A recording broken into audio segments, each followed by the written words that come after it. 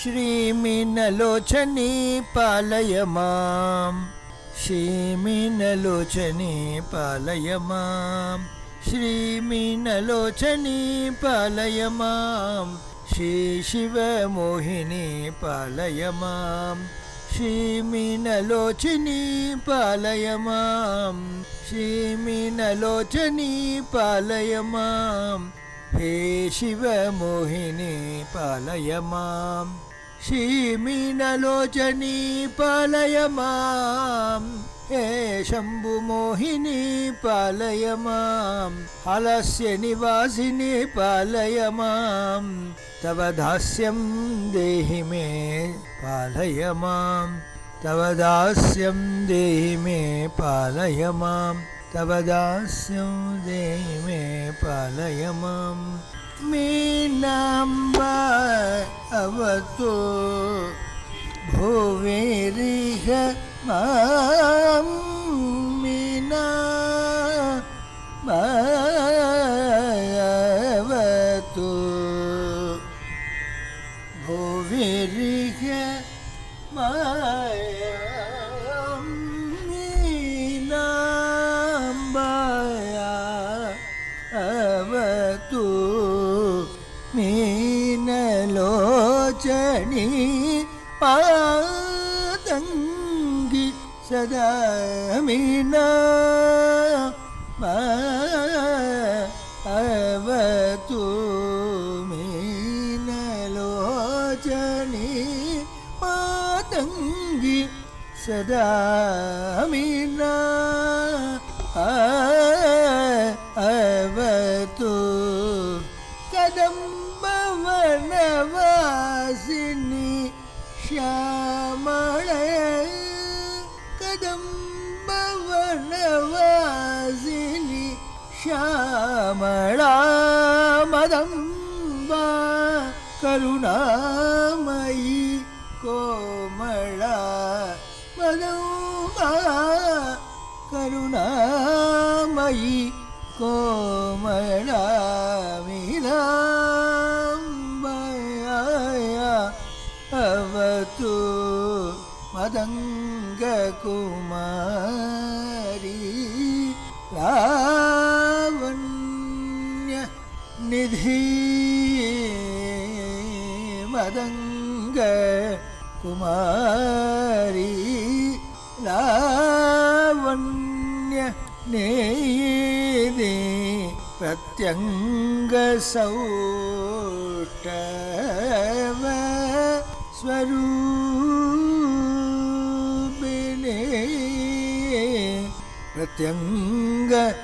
प्रत्यङ्गसौष्ठव स्वरूपिणी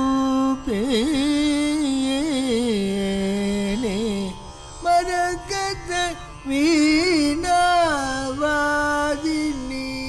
मोहिनी मरकत वीणावादिनी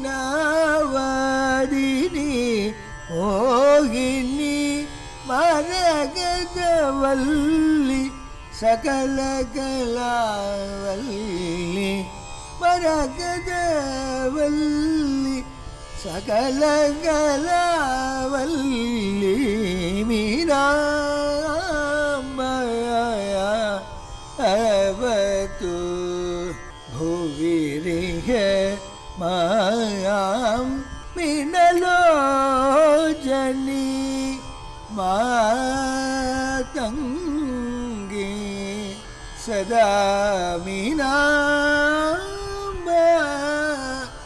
अवतु भुविरिह मां मीनाम्बा अवतु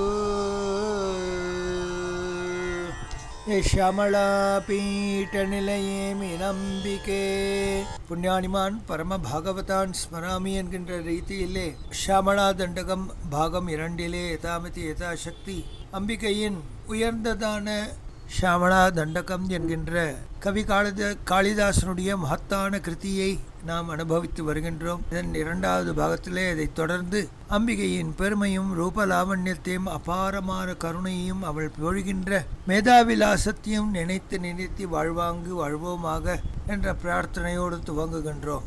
வித்யாவதி என்கின்ற காஞ்சனமாலை அவள் பிறந்த தினத்திலிருந்து பாரதமெங்கும் புவியெங்கும் இருக்கின்ற உயர்ந்ததான சக்தி பீடங்களை தேடி அலைந்து மதுரையம்பதி வந்து மீனாட்சியை கண்டு மீனாட்சியிடம் மனமுருகி ஒரு வருட காலம் அத்தியந்த தீவிரமான தவத்திலே ஈடுபட அம்பிகை பிரசன்னமாகி 3 வயது சிறு குழவியாக வெளிப்போந்து அவளுக்கு அனுகிரகித்தால் என்ன வேண்டும் அம்மா என்று கேட்க, நீதான் வேண்டும் தாயே, நீ என் குழவியாக பிறக்க வேண்டும் என்று பிரார்த்திக்க அவள் விரும்பியதை தர தேவி முன்வந்து அவளது ஆசையை பூர்த்தி செய்விக்கின்றாள். அடுத்த பிறவியிலே மலையத்வஜனின் மனைவியாகி என்னை மகளாக பெற்று வாழ்வாய் என்று அருளி கருவறையில் சென்று மறைகின்றாள். அந்த வித்யாவதி தான் காஞ்சனமாலை. ஷாமளாதேவியை பெற்றெடுத்த தடாதகையை பெற்றெடுத்த உயர்ந்ததான திவ்யஸ்வரூபம். இந்த ஷாமளா தேவி என்பவள் கலைகளின் ஓர் உருவம்,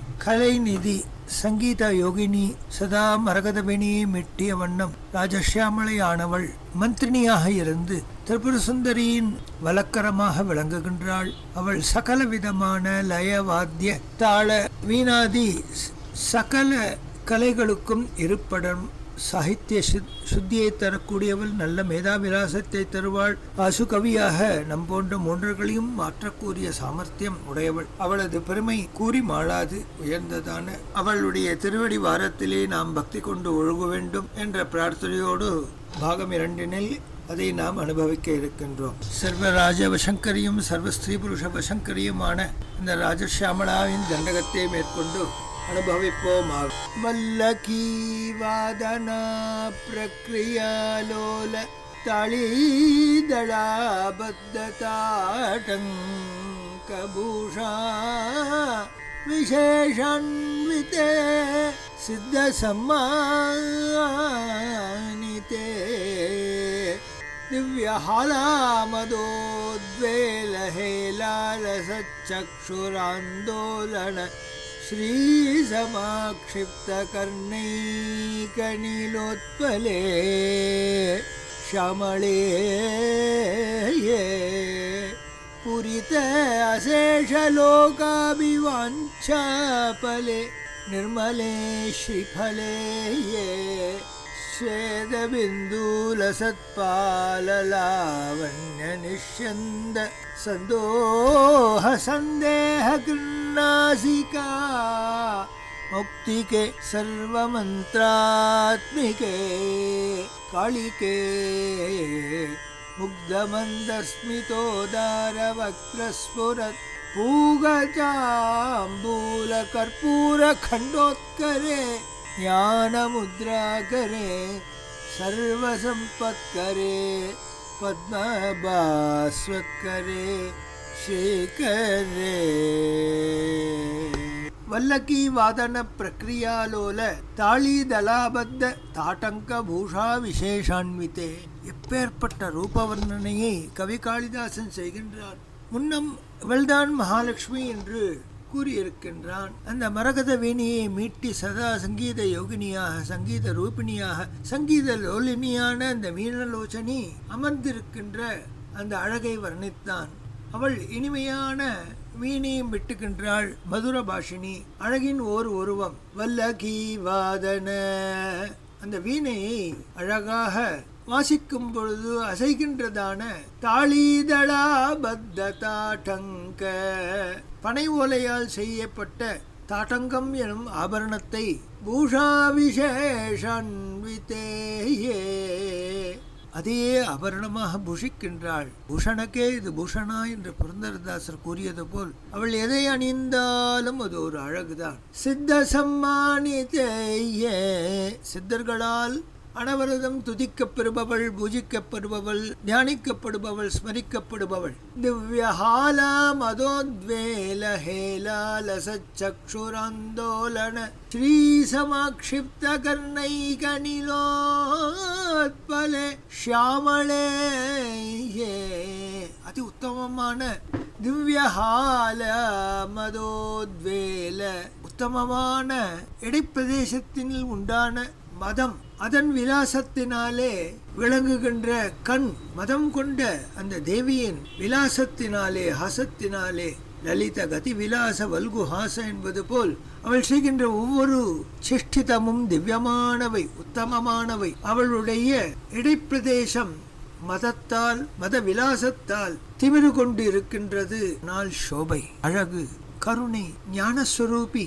அவள் கண்ணின் அசைக்கின்றாள். அந்த அசைவு என்கின்ற அழகினாலே கர்ணாலங்காரமான அந்த நீலோத்பல சோபையை ஒத்திருக்கின்றாள். நீலோத்பலம் என்றால் நீல ஆம்பல் பூ. அது அதை ஒத்த மீன் கண்கள். அந்த மீன் கண்களை இங்கு ஸ்மரிக்க வேண்டியிருக்கின்றது. இவ்விடத்திலே நீலகண்ட தீட்சிதருடைய சரித்திரம் சற்று தொட்டுக்கொள்வோம். அவர் ஆனந்த சாகர ஸ்தவம் என்ற உயர்ந்ததான கிரந்தத்தை செய்தார். ராஜாவிற்கு மந்திரியாக இருக்கின்றார். அவர் கூறுகின்றார், நான் அம்பாளை உபாசிப்பதற்கே நேரம் போகவில்லை அப்பா, என்னை போய் மந்திரியாக இருக்க வேண்டும் என்று கூறுகிறாயே, விட்டுவிடேன் என்றார். அவனோ கேட்கவில்லை.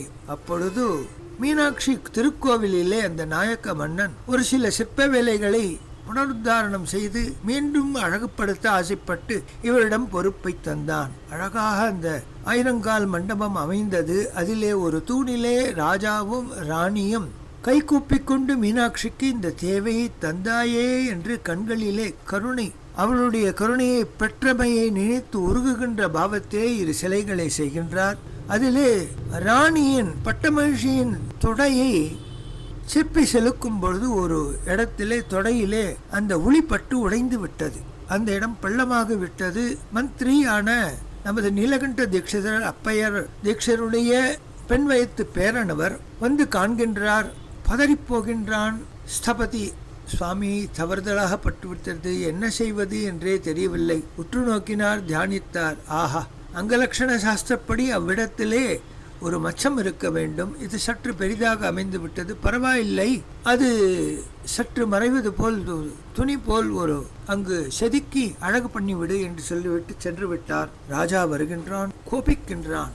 ஏன் இவ்வாறு செய்தாய்? நமது மந்திரியாரின் ஆணைப்படி அவர் தியானித்தார், இது சரி என்று சொல்லிவிட்டார் என்ற உடனே அவனுடைய கோபம் மிகவும் ஜாஸ்தியாகிவிட்டது. ராணிக்கும் மந்திரிக்கும் ஏதோ அந்தரங்க தொடர்பு இருக்கின்றது என்று நினைத்து விட்டார். மறுநாள் காலை இவர் பூஜையில் இருக்கும் பொழுது ராஜபட்டர்கள் இவரை கைது செய்வதற்காக வந்தார்கள். அம்பிகையை உபாசிக்கின்ற உத்தமாதிகாரி நித்யாக்னிஹோத்ரி வேறு. அவர் கண்டார். வந்தவன் எதற்காக வந்திருக்கின்றான் என்று அறிந்தார். அவன் என்ன எனக்கு தண்டனை தருவது, எனக்கு நானே தருகின்றேன் என்று சோமோவா ஏதஸ்ய ராஜ்யமாதத்தே என்ற வேதமந்திரத்தினாலே அம்பிகைக்கு தீபாராதனை செய்யும் பொழுது அந்த ராஜபட்டர்கள் வர அந்த கற்பூரத்தையே இரு கண்களின் மீதும் இட்டுக் கொள்கின்றார். கண்கள் இரண்டும் அவிந்து விட்டன. ராஜன் ஓடி வருகின்றான். சுவாமி, எப்பேற்பட்ட தவறிழைத்து விட்டேன், தங்களுடைய ராஜவிஸ்வாசத்தை நான் சோதித்து விட்டேனே, மன்னிக்க வேண்டும் என்று அழ, உனக்கு என்ன வேண்டும் என்றார். தாங்கள் மீண்டும் அந்த கண்களை பெற வேண்டும், எனக்கு எப்பொழுதும் என் கண்களாக இருக்க வேண்டும், என்னை வழிநடத்துபவனாக, என்னுடைய நியாமகனாக தாங்கள் இருக்க வேண்டும் என்று கூற சந்தோஷப்பட்டார். அப்படியாப்பா என்று சிஷ்யனை கூப்பிட்டார். எழுதிக்கொள் என்றார். ஆனந்த சாகரஸ்தவம் என்கின்ற உயர்ந்ததான ஒரு கிரந்தத்தை எழுதுகின்றார். அதிலே ஆலாசிய மகாத்மியம் வருகின்றது. அங்கே ஒரு சிலையான ஒரு ஸ்லோகம். வைகையிலே மீன்கள் துள்ளி பிரவகிக்கும், வைகையிலே மீன்கள் துள்ளி துள்ளி குதிக்கின்றன. இதை போவோரும் வருவோரும் கண்டு வியக்கின்றனர். அந்த திருஷ்யம் அம்பிகையின் கருணையினால் இவருக்கு கண்களிலே, மனக்கண்களிலே தெரிய, ஏன் இவ்வாறு இந்த மீன்கள் குதிக்கின்றன என்று அந்த ஸ்லோகத்திலேயே ஒரு கேள்வியை கேட்கின்றார். தானே அதற்கு பதிலும் இருக்கின்றார். அந்த மீன்கள் தண்ணீரிலிருந்து வெளியே வந்து மீனலோச்சனியான அந்த பரதேவதியின் சிற்பத்தை கோபுரத்தில் இருக்க கண்டு அந்த கண்களுக்கு தன் கண்கள் ஒப்பாகுமோ என்று நினைத்ததாம். இல்லை என்ற உடனே மீண்டும் தண்ணீரிலே குதித்ததாம். நப்பாசையால் மீண்டும் குதிக்கின்றது. இவ்வாறு குதித்து குதித்து அவர்களுடைய ஆசை மீனலோச்சனியின் கண்களுக்கு ஒப்பாகுமோ என்று பதிலிருக்கின்றார்.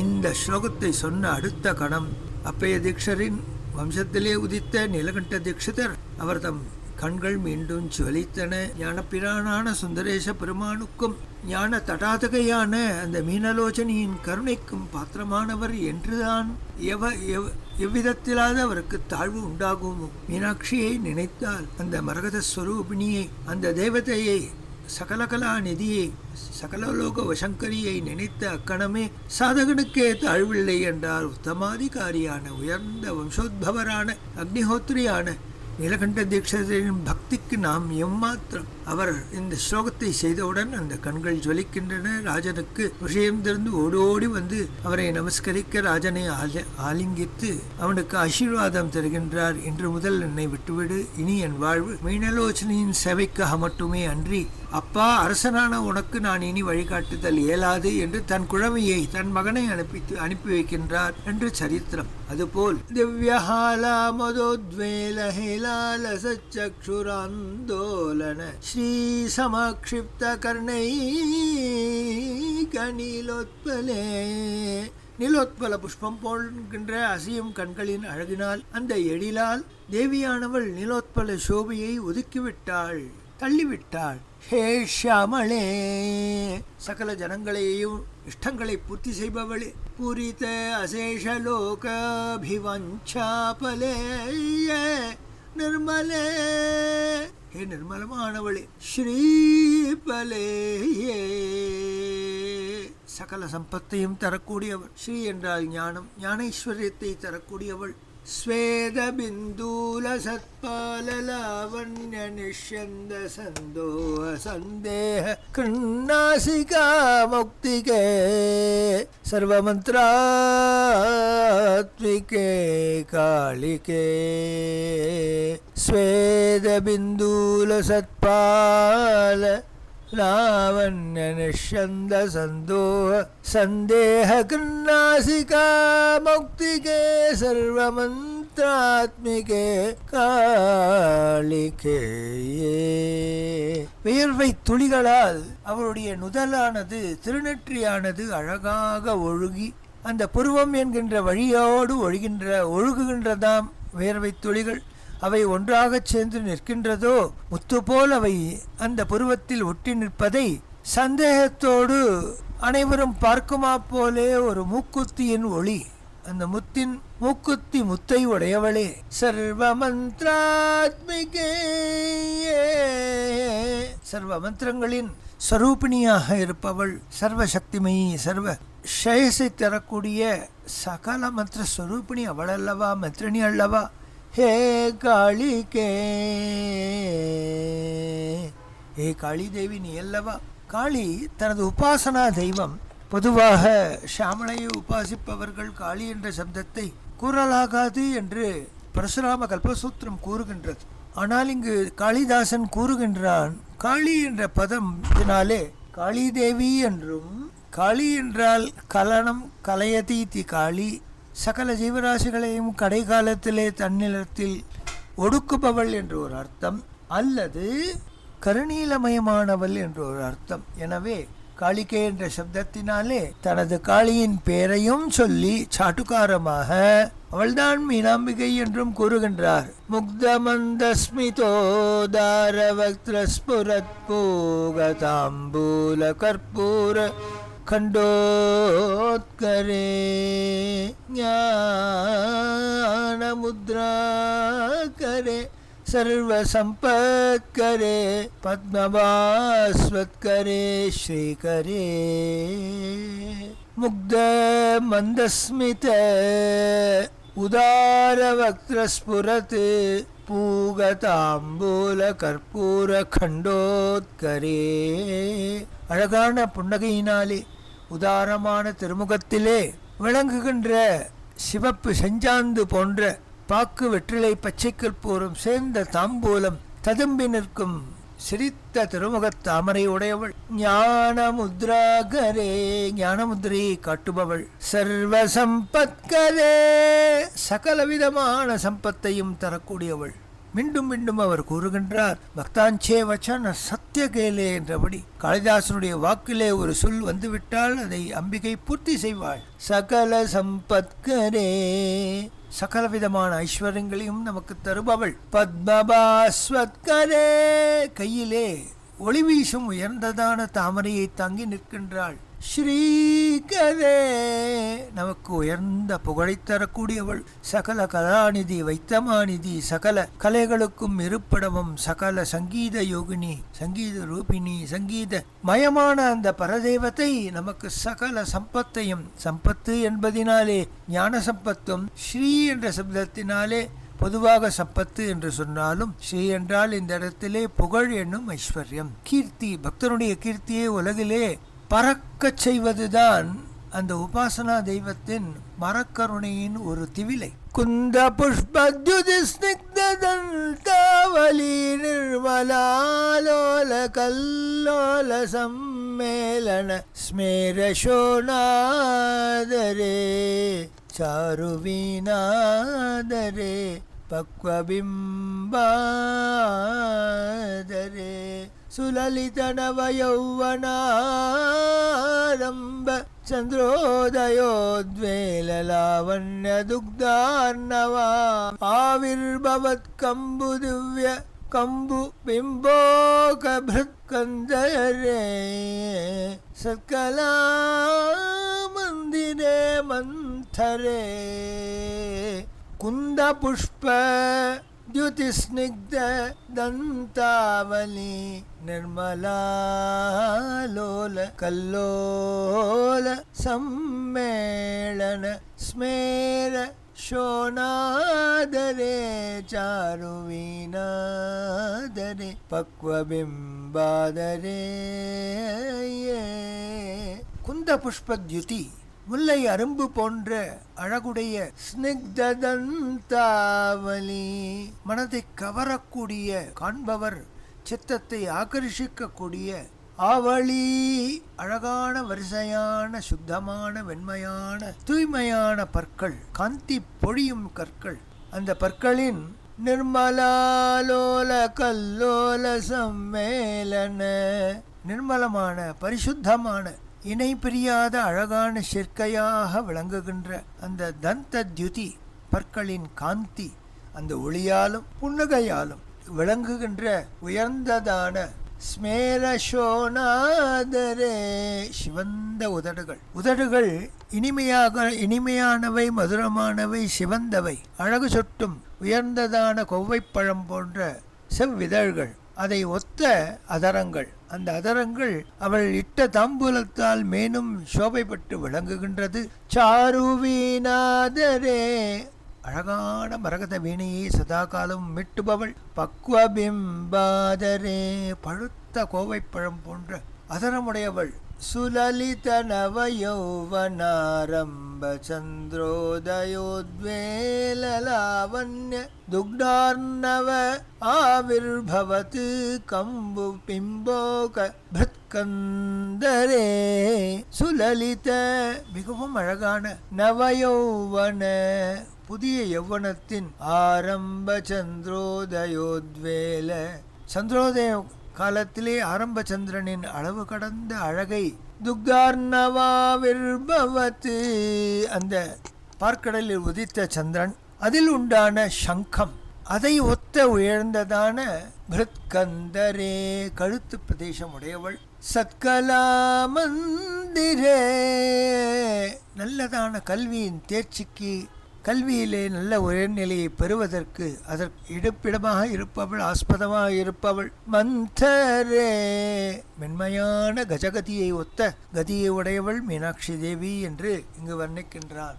சுலலித நவ யௌவனாரம்ப சந்திரோத்வயோத்வேல லாவண்ய துக்தார்ணவாவிர்பவத் கம்பு பிம்போக பிருத்கந்தரே சத்கலா மந்திரே மந்தரே திவ்யரத்ன பிரபா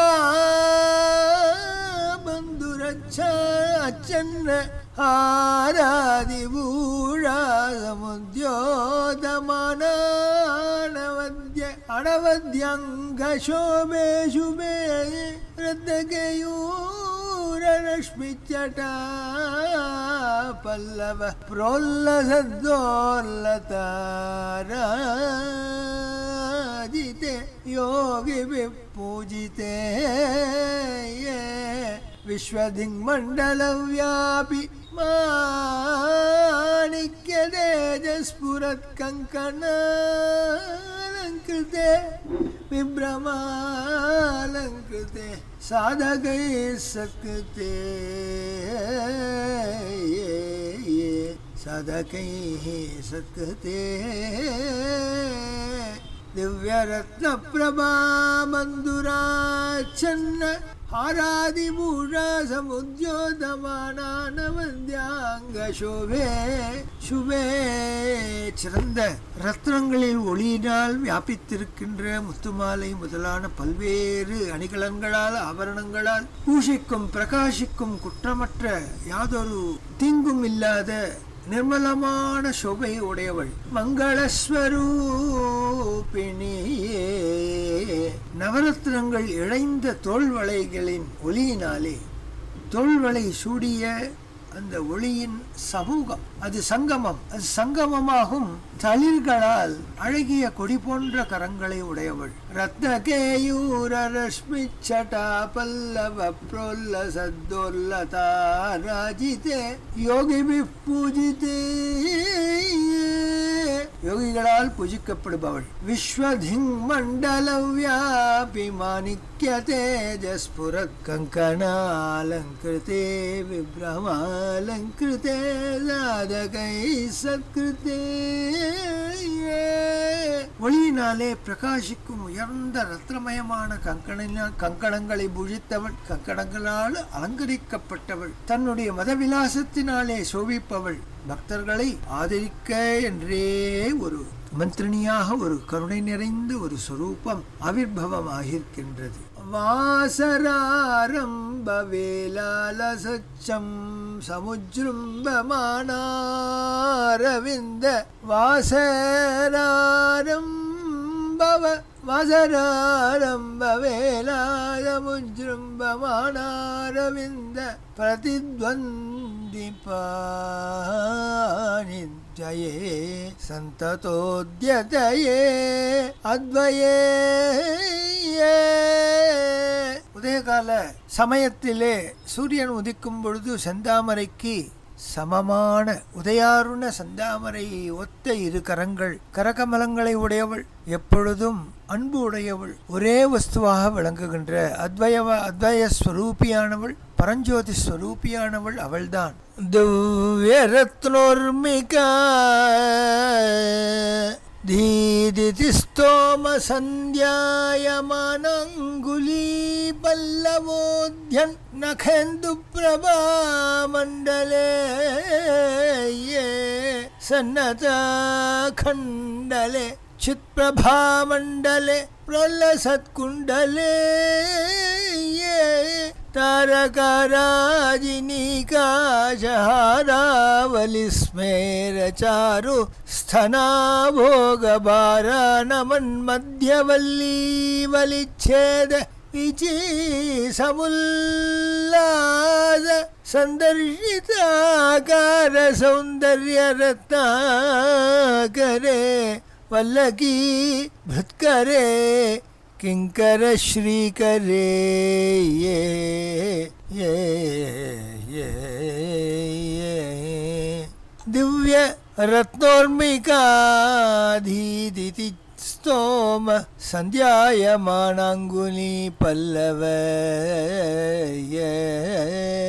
சிறந்த ரத்னங்கள் இழைத்த மோதிரங்களை தரித்திருக்கின்றாள் தாயார். அந்த ஒளிகளால் சந்தியாகாலம் போன்ற தளிருக்கு ஒப்பான மென்மையான விரல்கள், அந்த விரல்களிலிருந்து உதிக்கின்ற நகச்சந்திரனுடைய சோபை, அந்த அழகுடையவள், இந்திரனால் வந்திக்கப்படக்கூடிய வணங்கப்படக்கூடிய பரதேவதை, சித்ஸ்வரூபிணி அவள். பிரகாசமான குண்டலங்களை அணிந்து நட்சத்திர வரிசை போன்ற முத்துமாலைகளின் ஒளியினாலே மேலும் பிரகாசப்பட்டு அழகான ஸ்தலபாரத்தினால் குனிந்த கொடி போன்ற இடையுடைய 3 திருவலீலேகாபரிதமான 3 அலைவரிசை வரிகளை உடையவளான அழகால் காண்பிக்கப்பட்ட அழகு எனும் பெரும் கடலவள்.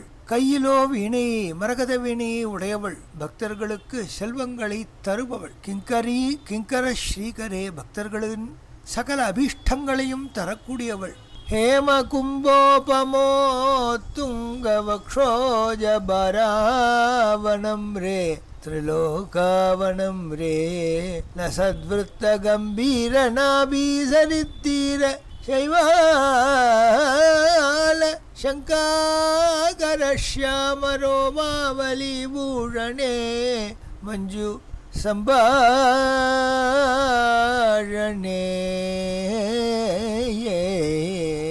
மூவிலகினாலும் வணங்கப்படுபவள். அழகாகவும் அதிவட்டமாகவும் கம்பீரமாகவும் இருக்குகின்ற நாபியிலே குளக்கரையில் இருக்கும் பாசியோ என்று சந்தேகத்தை விளைவிக்குமா போல் கருத்த ரோமாவலி அலங்காரமாக உடையவள். இனிமையான சொல்வண்ணை மிக்கவள். இனிமையாக ஓசையிடும் உயர்ந்ததான ஒட்டியானத்தினாலே மன்மதன் விளையாட்டிற்கு வில் நானின் கர்வத்தை ஒடுக்குபவள் அவள்.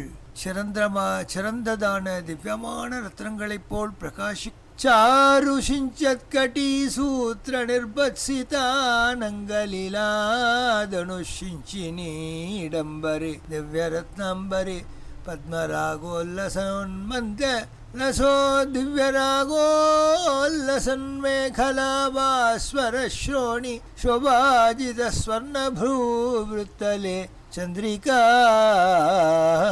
சீதளே. அழகு வாய்ந்த ஒட்டியானத்தினாலே அதிமதுரமாக ரத்னங்களால் பிரகாசிக்கின்ற அந்த இடையிலே இழையும் ஒட்டியானத்தினாலே அழகு வாய்ந்த நிதம்பஸ்தனங்களுடைய அழகால் மேருமலையிடத்திலே மேலிடத்தின் சோபையை வென்றவளே, நிலா போல் குளிர்ந்தவளே, திவ்யமான ரத்னங்களை உடைய ஆடைகளும் அணிகலன்களும் தோள்வளைகளும் மரகத வீணையும் நெற்றியிலிட்ட கஸ்தூரி திலகமும் ரத்னாகாரமான உயர்ந்த பட்டாடைகளும் அதிமதுரமாக ரத்னங்களினால் பிரகாசிக்கின்ற இடையிலே இழைகின்ற ஒளிர்கின்ற அந்த அதி உன்னதமான உட்யானத்தினாலே அழகு வாய்ந்ததும் நிதம்பஸ்தலத்தினுடைய அழகினால் மேருமலையை வென்ற சோபையை பெற்றவளாகவும் நிலாவைப் போல் குளிர்ந்ததாகவும் அம்பிகை விளங்குகின்றாள் என்ற இடத்திலே இந்த வர்ணனையை முடித்து அடுத்த பாகத்திலே இதை தொடர்வோம். ஜெய் ஷியாமளா பீட்ட நிலையே மீனம்பிகே.